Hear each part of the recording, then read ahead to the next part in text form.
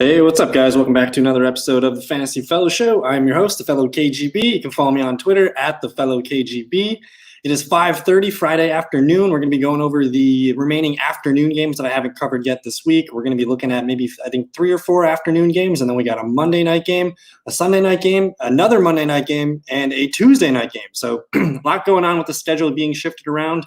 We're going to hop right in over here on the screen share to the fantasyfellowship.com, my Week 5 start sit charts. We're looking at the Miami Dolphins at the 49ers right now. Pretty simple fantasy evaluation for the 49ers. I don't think it gets that difficult for us here. But Ryan Fitzpatrick, quarterback 2 in Superflex leagues. Myles Gaskin, I got him as an RB2. Devontae Parker, wide receiver 2, and Mike Gesicki. You really can't comfortably start any other of these players here. We like Preston Williams' talent, but I think that ACL injury from last year is kind of helping him get off to a slow start. And then, the running backs, Matt Breida, Jordan Howard, can't trust. Jakeem Grant, he's the number 4 receiver there. But Isaiah Ford, we're keeping an eye on Isaiah Ford just for like super, deep leagues. But he's had games of 10 targets and 9 targets. So I'm kind of keeping my eye on him. But safely sit all of these guys here. The guys that you're interested in, I know it's the 49ers defense, but they should have an opportunity to keep throwing the ball. Myles Gaskin's going to get some PPR catches, so he's just a low-end RB2 in PPR. You got Devontae Parker here. Parker is easily the best play of the bunch. I get it if you don't want to – if you're feeling Gesicki's a little bit too boom-bust, you want him to get a little bit more consistent with his game. I can see that. Like if you have a guy like Jonnu Smith, I'm probably playing like Jonnu Smith over Gesicki. And then Myles Gaskin, he's pretty much only usable in PPR leagues. He's continuing to be the number 1 running back, though, in terms of snaps, touches, receptions, all that. And then, Fitzpatrick's just no more than a quarterback 2 in Superflex leagues. On the 49er side of things, we're going to look here at the practice reports. They had a lot of guys injured throughout the week here, but it looks like Jimmy Garoppolo has been named the starter. He logged a full practice today. And then the other offensive piece here we're watching is Raheem Mostert. They haven't ruled him out yet. He's logged 3 straight days of limited practices, so we like where he is going with his direction. And then some of the receivers here, looks like Pettis wasn't doing something here. Deebo Samuel with an illness, did not practice Thursday or Friday. So we got to monitor Deebo Samuel's designation going into Sunday. Looks like Trent Taylor logged some practices too. So overall, we're watching for Raheem Mostert's participation tomorrow and then Sunday morning. And then we're going to keep an eye on Deebo Samuel's illness here that he was out for. I'm not sure if he's going to play or not. But for now, I think Jimmy Garoppolo is a quarterback 2 in Superflex leagues. If Raheem Mostert is going to play, he's going to be a running back 2, with some RB1 upside. George Kittle, of course, you're starting George Kittle. But Jerick McKinnon's kind of an interesting guy. We've been riding Jerick McKinnon the last few weeks without Raheem Mostert. If Mostert does play, I still think Jerick McKinnon can be an RB2 flex, especially in PPR leagues. He's going to get some passing work. And again, there's no Tevin Coleman. Jeff Wilson's just kind of, last week was, let's take a look at the opportunity report from last weekend. Jerick McKinnon just dominated the touches for the 49ers backs. So they were going up against the Eagles here. You see Jerick McKinnon with 92% of the snaps last weekend. Jeff Wilson's a clear afterthought. So even if Raheem Mostert plays, I still like Jerick McKinnon to get a handful of touches. Maybe that's, somewhere 6 to 8 maybe rushing attempts and a handful of targets. So I still like McKinnon as an RB2. Looking at some of the receiver snaps here, it looks like Brandon Ayuk led the team in receiving snaps. So he's like an interesting deep wide receiver 3 flex. He only got 5 targets, 2 catches, 18 yards, but he got the 38-yard rushing touchdown. So that's 2 straight weeks of rushing touchdowns.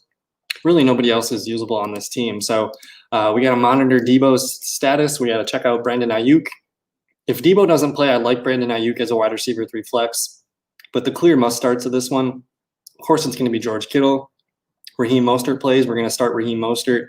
And then I think McKinnon still is going to keep his PPR, high floor volume there. So looking at the fantasy points allowed here by the position, the Dolphins are giving up, we got 3 green rankings here. So they are 29th in fantasy points allowed to the quarterback, 22nd to the running back, 27th to the wide receivers. They're actually pretty good against tight ends. So we'll see what George Kittle can do in this one. But then on the 49ers side, man, they are top 10 in everything. 17 points per game to the quarterback, about 14 to the running back. That's number 1 in the league in terms of PPR points allowed. Basically 32 points to the receivers, and then only 6 to the tight end. So I get it. Gesicki makes me nervous. I kind of talked about him earlier, and basically all these numbers are saying not to start your Dolphins. So I get it. To be honest, like Devontae Parker's probably the only true must start of the Dolphins. So do with that what you will.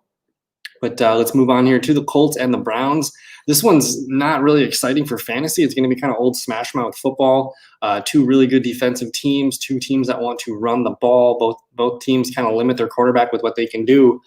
So on the Colts side, let's start with the defensive here. Look at the Colts, just kind of like they're actually better than the 49ers. They have all their fantasy points allowed are in the top 7. So under 10 points per game to the quarterback, number 2 in rushing PPR points at 15.5, 31.5 to wide receivers, and 4.5 to the tight end. So basically they're saying, don't start anyone against the Colts. So that's kind of what I'm looking at here right now. So I guess we'll start with the Browns. With that being said, I mean, Baker Mayfield, he's barely usable in quarterback 2 superflex leagues this week. I really don't trust him at all. I mean, he's going to maybe get 190 to 200 yards and a touchdown at best. Kareem Hunt, you're starting Kareem Hunt with Nick Chubb out. I think he's the one guy that I feel the most comfortable about. If you have to start one Cleveland Brown, it's going to be Kareem Hunt. Odell Beckham, so boom bust. He has such a wide range of outcomes. I could see him going, 3 for 42 in this one, or, anywhere like 4 to 82 in a touchdown. So he's got this wide range of outcomes. I think you start him as your wide receiver 3 just because we saw what he could do last weekend. It only takes one play to make your day. And then Jarvis Landry, he's kind of just the high floor PPR receiver there. But again, I don't like the passing volume in the Cleveland offense right now.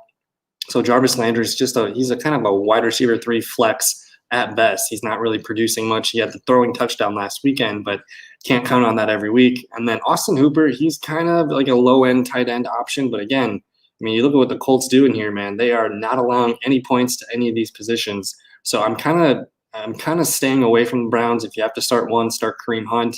You probably picked up D'Ernest Johnson this weekend, so I'm going to be monitoring him and seeing how this running game looks without Nick Chubb.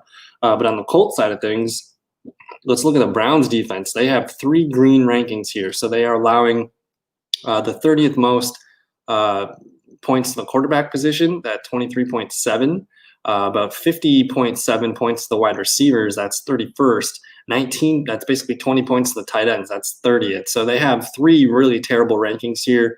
They're kind of stout against the running backs here, so that maybe makes me a little bit nervous for Jonathan Taylor. But you see the Browns here allowing a lot of quarterback points, a lot of receiver points, and a lot of tight end points. Unfortunately, this doesn't really mesh well with what the Colts are doing and their philosophy right now. So Jonathan Taylor, you're going to start him as your RB2 flex. You kind of have to. He's really the only guy that we're comfortable starting with in this game. But because of the stats that we just saw below, I mean, Phillip Rivers is a quarterback 2 in superflex. Maybe T.Y. Hilton can get deep. Zach Pascal, those are easily the top 2 receivers. So both of those guys, I think, have wide receiver 3 flex value at best. Because this is going to be a tighter game, I do like Nyheim Hines as a RB2 flex option in PPR leagues. I think you need to start the Colts defense. And then on the bench here, I have 3 of their tight ends, and we got Jordan Wilkins. So I'm just kind of keeping an eye on Jordan Wilkins. If he continues to look good, we'll see what happens there. And he's basically just one Jonathan Taylor nick away from being a potential bow cow back. So Trey Burton, Jack Doyle, Mo Alley Cox, I really don't feel comfortable saying to start either one of these guys. It's kind of like a 3-headed committee at the moment with the healthy Trey Burton. If we look quick at what the Colts did last weekend as a group, Jack Doyle, 45 snaps, Trey Burton, 36 snaps, Mo Alley Cox, 33. So they're running a lot of 2 tight end sets, which is nice. But Trey Burton actually led the team in targets he led the tight ends with targets with 5. Jack Doyle 1, Mo Alley Cox 2, but Mo Alley did get the touchdown. So to me, it's just kind of like a tight end mess. I'm really not certain anyone that I feel comfortable here saying is a start. So that's pretty simple on the Browns-Colts game. It's going to be a heavy defense game. And basically the one who can make, the big play in the passing game, I think is going to come out on top. So now we got the Giants and the Cowboys. This one's going to be a really, I think it's going to be a high scoring game. I'm actually excited to see what the Giants passing offense can do against the Cowboys. Let's take a look at the fantasy points allowed here to position. We got a few green rankings here. On the Cowboys side of things, they're allowing over 22 points per game to the quarterbacks. They're allowing about 49 points to wide receivers, which is nuts. And then they're not that greatest against the tight ends either, about 17.5 points to tight ends. So the Dallas Cowboys defense is one that we want to target pretty heavily. And then on the other side of the ball here, the Giants they're not bad against quarterbacks and tight ends. They're kind of allowing receivers and running backs to be fine.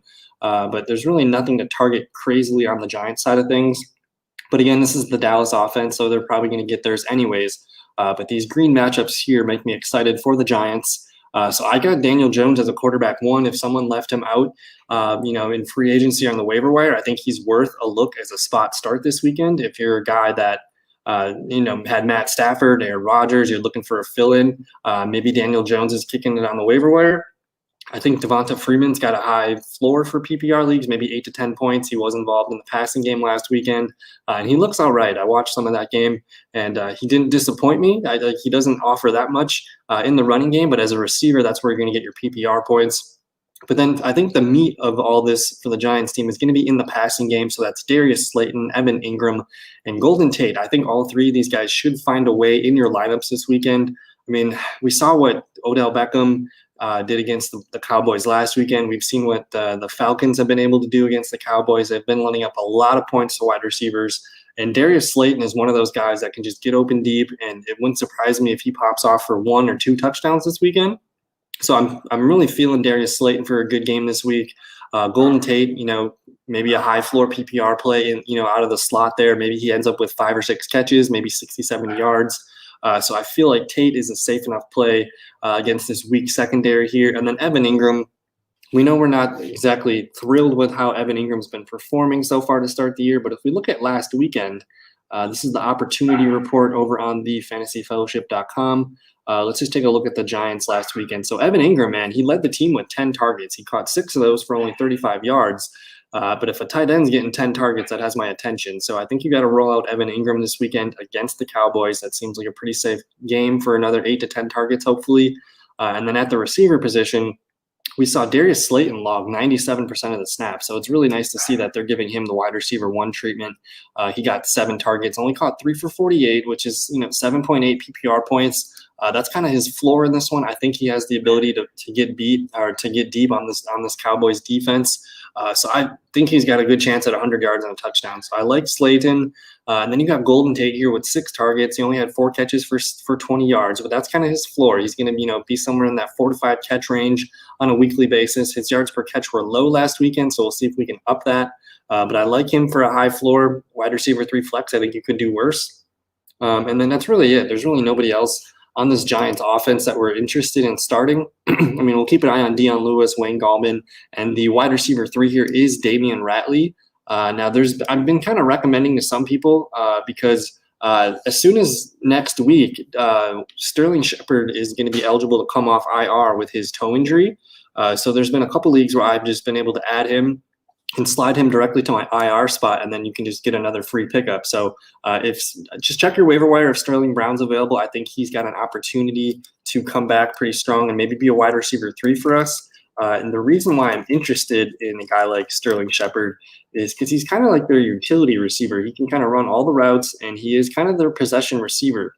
When you look at this schedule coming up, I mean, they play the Cowboys this week, but then they play Washington, Philadelphia, Tampa Bay, Washington, Philadelphia. They're getting to their NFC East schedule. You see the Bengals in here. The Seahawks can't defend anybody. The Cardinals are so-so.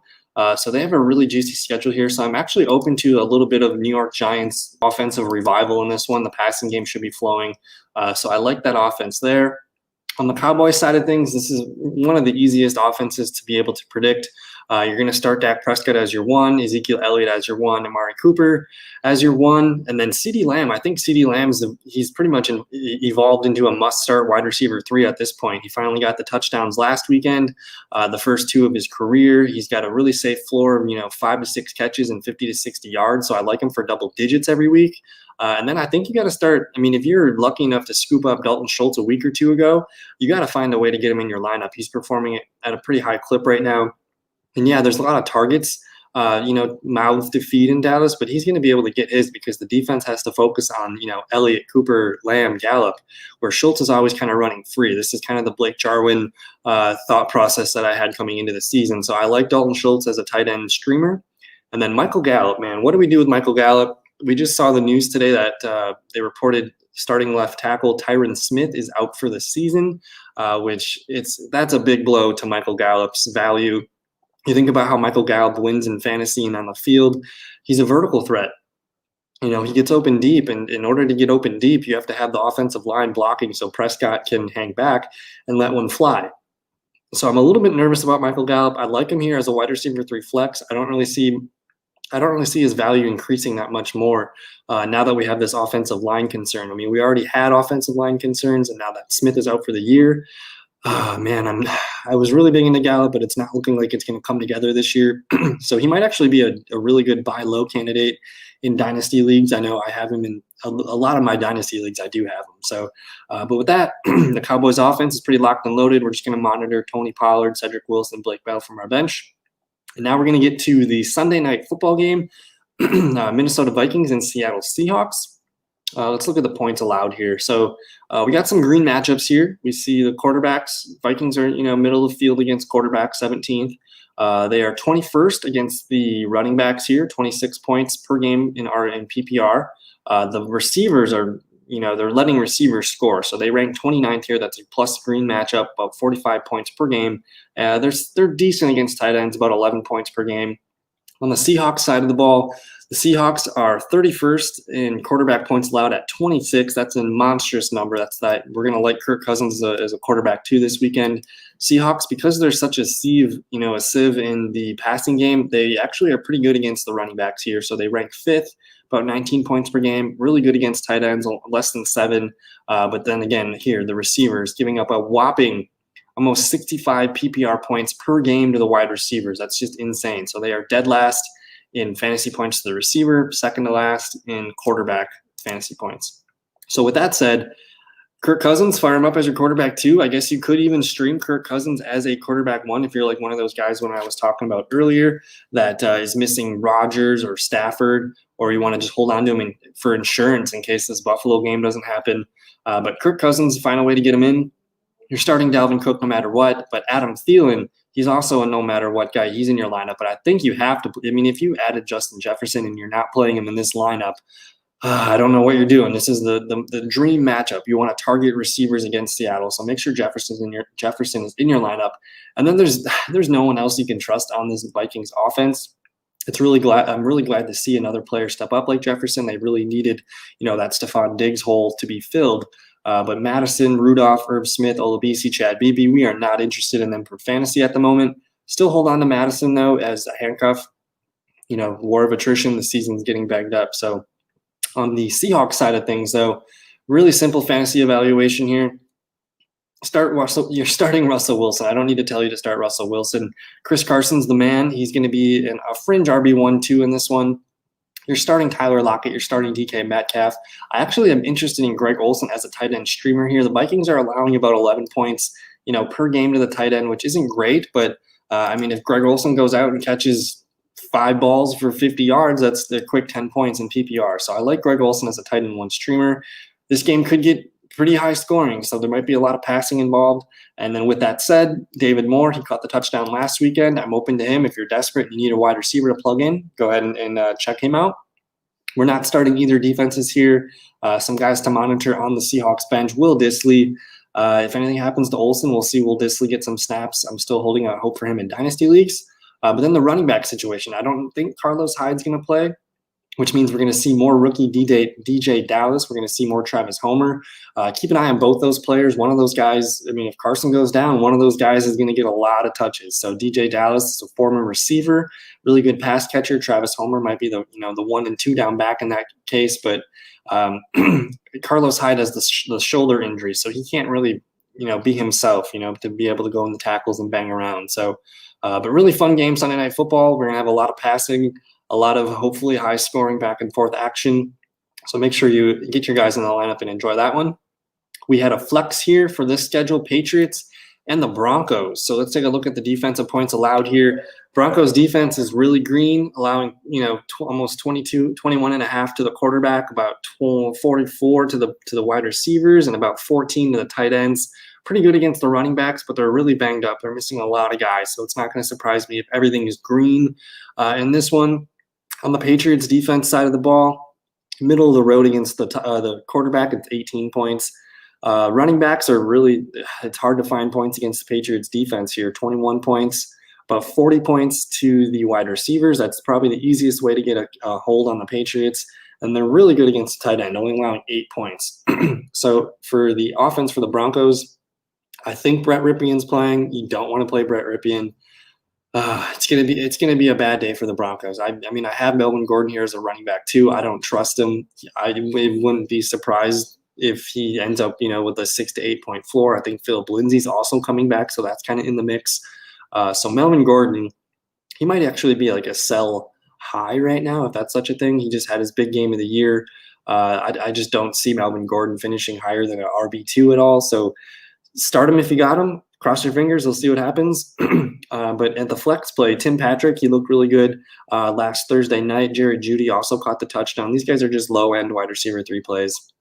Not excited to get my Broncos in the lineup. I don't even really want to talk about them that much anymore. But Philip Lindsay, we'll see what he does to Melvin Ingram's workload. It sounds like Drew Lock was practicing this weekend. So maybe he's back as soon as next weekend. So maybe the Broncos outlook will change after that. But for now, I'm really not excited to get my Patriots in there or my Broncos. On the Patriots side of things, they're actually holding out hope that Cam Newton's going to play. So I have Jarrett Stidham up there with the question mark. If you're relying on Jarrett Stidham to be your quarterback too, or Brian Hoyer, I really don't know if that's advisable at this point, if anyone. So let's assume it's Stidham or Hoyer. That means I guess the locks are still going to be James White as a PPR RB2 and probably Julian Edelman as a wide receiver 3 flex. I'm kind of interested in N'Keal Harry and Damiere Byrd as, low-end wide receiver 3 flexes. They just use so many running backs. Rex Burkhead with the question mark. Damian Harris, I think he had 17 attempts last weekend for 100 yards. So it's kind of a mess here. Really, the only guys I feel comfortable getting in my lineup are James White, Julian Edelman. If Cam Newton plays, then I really don't really care for Damian Harris. The goal line touchdowns are likely going to Cam Newton. Rex Burkhead, now that James White's back, I really don't know if I feel comfortable with Rex Burkhead. So, man, this is a hard game to predict. It's kind of a moving target. So I'm kind of just advising people to stay away from it. If Cam Newton plays, just roll with James White, Julian Edelman, and see what happens.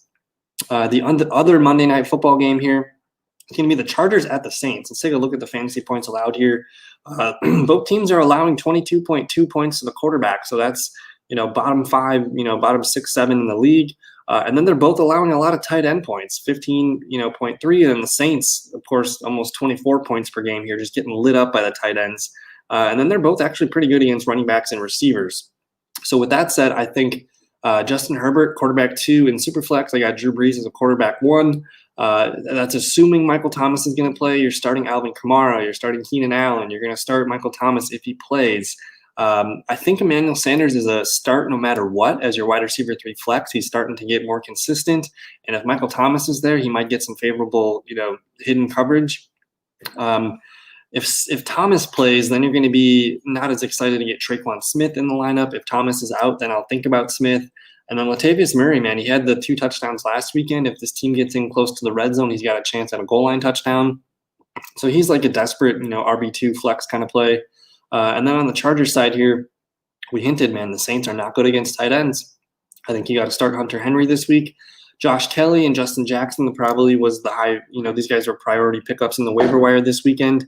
The Saints are good against running backs, only allowing 24 points per game. These guys are just low-end RB2 flexes for me. I'm not excited to get them in my lineup. I mean, the Saints, man, they're going to be a good team. I don't think the Chargers are going to be able to run on them. If anything, it's going to be a big Keenan Allen, Hunter Henry kind of day, and we'll see if one of these 2 running backs can make a play in the receiving game. Jalen Guyton's here, KJ Hill, Mike Williams, kind of monitor this. I don't think Mike Williams is going to play. Let me double check here. Mike Williams, he's questionable with a hamstring. He got a limited practicing today. I mean, if Mike Williams is a go and you need the help at receiver, I suppose you can plug him in there. I mean, the Saints are pretty good against the receivers, though, so I'm kind of not really feeling the risk. I'd rather see him play a full game before I trust him again. But really good game here. I'm excited to watch Justin Herbert. We'll see how the Saints look with maybe Michael Thomas back. So that's a lot of developments here. Chargers already named Justin Herbert the start of the rest of the season, so he's got that going for him. Really fun Monday night matchup. We'll see if the Chargers can their offense looked good. Herbert had the deep ball going with Guyton and with, I think his name was Tyron Johnson last weekend. So a lot to watch here. Enjoy that game. And then the Bills and Titans, I already talked about this one in my video the other night, but you see the defenses here allowing a lot of green points. So just go ahead and check out some of the start-sit charts. I'm assuming A.J. Brown's out. I'm also going to assume John Brown is out. So if John Brown is out, maybe Gabriel Davis flex play at best. But no A.J. Brown. Make sure you get Jonnu Smith in your lineup. No Adam Humphries, no Corey Davis. I think I'm actually going to say bench Ryan Tannehill. So I don't know. The Bills are probably going to roll in this one. It's just not a good time for the Titans right now. They don't have practices. They don't have a lot going on. The Bills are able to kind of maintain routines, and just the Bills are a well-oiled machine right now. So the Bills are probably going to roll in that one. But yeah, that's pretty much it for Friday night's show. I want to say thank you for your time. Thank you for hanging out. If you're new to the Fantasy Fellowship, subscribe to the YouTube channel. I do 3 or 4 videos every week. I'm always putting out on the fantasyfellowship.com. I put out my my start sit charts. I do my weekly waiver wire column. I do my opportunity report. Tomorrow I'm probably going to go live and talk about my favorite prop bets for the weekend. So check out all the good stuff. Thank you so much for your time. Have a good weekend, and we'll see you in another video. Peace.